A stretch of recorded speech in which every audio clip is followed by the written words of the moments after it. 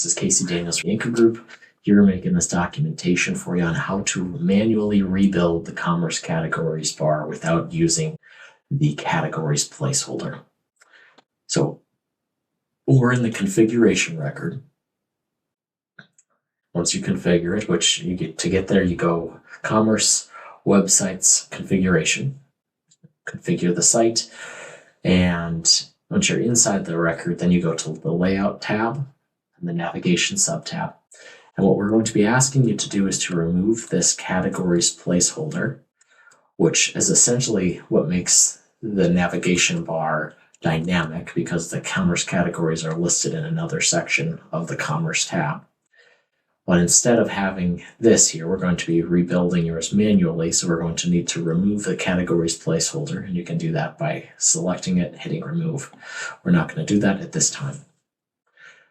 So this test site that we have, I added the shop by brand, which here is the level 1 category, so it should go on the navigation bar. And this is a test customer. And we're going to hard refresh the site here.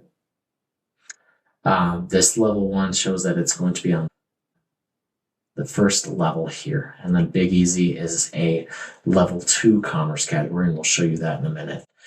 The level 1, you hit the URL that's desired, level 1 on the home, and the ID that you need to use is the shop by brand here.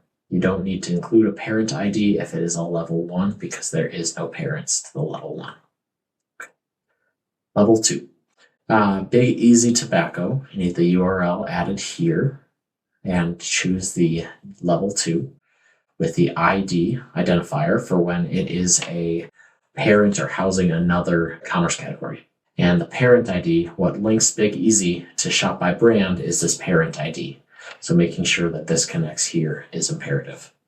So now for number 3, if we want to add a third level, we can add pipes, and let's call it the Big Easy Pipes because it will be a level 3 underneath the Big Easy commerce category.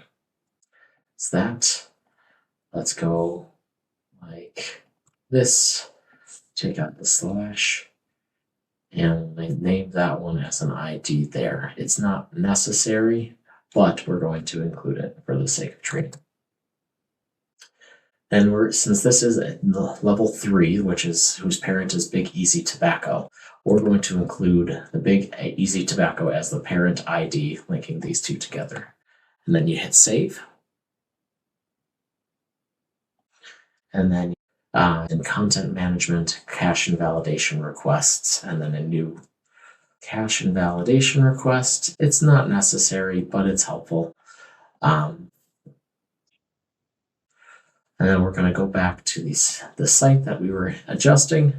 We're going to do a hard refresh on the site. Shop by brand is the level 1, Big Easy Tobacco, and pipes is the level 3.